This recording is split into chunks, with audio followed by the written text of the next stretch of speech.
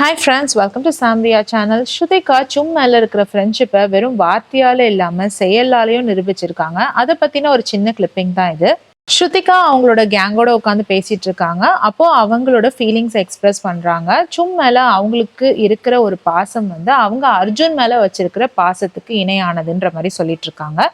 நான் ஏன் இப்படி பண்றேன்னு எனக்கே தெரியல. நான் பண்றது வந்து சும்க்கு ரொம்ப கஷ்டமா இருக்கணும் தெரியுது.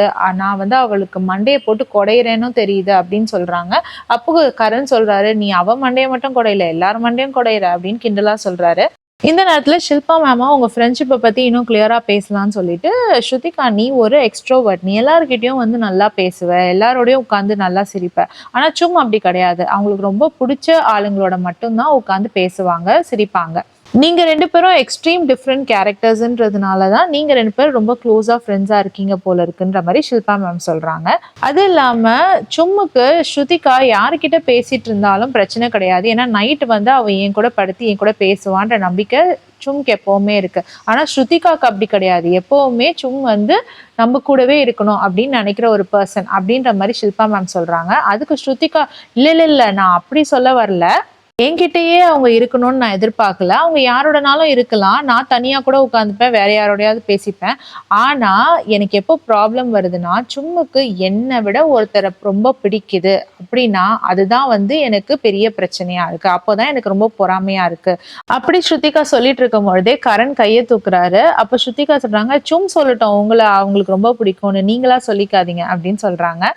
அடுத்து நாமினேஷன் ப்ராசஸ்க்காக சும் அண்ட் ஸ்ருதிகா ரூம்குள்ள போயிருக்காங்க. இந்த நேரத்துல வெளியில நடக்கிற கான்வர்சேஷனை தான் பார்க்க போறோம். அவினாஷ் ஷில்பா மேம் கிட்ட சொல்றாரு, இந்த இடத்துல ஸ்ருதிகா தான் சேவ் ஆகணும். ஏன்னா ஸ்ருதிகா நிறைய இடத்துல உங்களுக்கு சாதகமாவோ இல்ல உங்களுக்கு எதிராவோ நிறைய விஷயங்கள் பேசியிருக்காங்க. அவங்க சில இடங்கள்ல ஸ்டாண்ட்ஸ் எடுத்திருக்காங்க. அதனால அவங்க தான் சேவ் ஆகணும்னு சொல்றாங்க. அதுக்கு ஷில்பா மேம் அதெல்லாம் கிடையாது, சும் தான் சேவ் ஆகணும் அப்படின்னு சொல்றாங்க. அதே சமயம் உள்ள என்ன நடக்குதுன்னு பாத்தீங்கன்னா, ஸ்ருதிகாவும் சும்மும் ஒருத்தர் மாத்தி ஒருத்தர் சண்டை போட்டுட்டு இருக்காங்க. நான் தான் உன்னை சேவ் பண்ணுவேன், நீ தான் என்ன சேவ் பண்ணுன்ட்டு. ஆனா ஸ்ருதிகா அவசரமா ஓடி போய் அவங்களோட போட்டோவை உடைச்சிடுறாங்க. இதனால சும் நாமினேஷன்ல இருந்து சேவ் ஆயிட்டாங்க, ஸ்ருதிகா நாமினேட் ஆயிட்டாங்க. வெளியில வந்த சும் ரொம்ப அழுதுட்டு இருக்காங்க. அதுக்கு ஸ்ருதிகா, எனக்கு தெரியும் நீ என்னை எப்பவுமே சேவ் பண்ணுவ, என்னை விட்டு கொடுக்க மாட்டேன்னு எனக்கு தெரியும் அப்படின்னு சொல்லி அவங்களை கட்டி பிடிச்சி ஆறுதல் பண்ணிட்டு இருக்காங்க.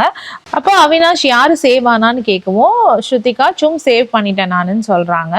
அவினாஷ் இந்த இன்ஃபர்மேஷனை வீட்டுக்கு கொடுக்குறாரு. இந்த விஷயத்த பார்த்த பிக் பாஸ் ஆடியன்ஸ் எல்லாம் என்ன சொல்லிட்டு இருக்காங்கன்னா, இவங்க ஃப்ரெண்ட்ஷிப் தான் இந்த வீட்டுக்குள்ளேயே ரியலான ஃப்ரெண்ட்ஷிப், ஸ்ருதிகா ரொம்ப பியூரா இருக்காங்க, இவங்க ஒரு ஃப்ரெண்ட்ஷிப் தான் எந்த ஒரு எக்ஸ்பெக்டேஷனும் இல்லாம ரொம்ப ட்ரூவா இருக்குன்ற மாதிரி பேசிட்டு வராங்க. ஸ்ருதிகா தன்னோட ஃப்ரெண்ட்ஷிப்பை நிரூபிக்கிற வகையா இந்த விஷயத்த செஞ்சிருக்காங்க. இந்த ஒரு செயல் ஆடியன்ஸ் மத்தியில அவங்களுக்கு ரொம்ப நல்ல பேரை எடுத்து கொடுத்திருக்கு. இதை பத்தி நீங்க என்ன நினைக்கிறீங்கன்னு கமெண்ட்ல சொல்லுங்க. வேற ஒரு வீடியோல உங்களை நான் திரும்பவும் மீட் பண்றேன். Till then, it's bye from Jemima. Take care.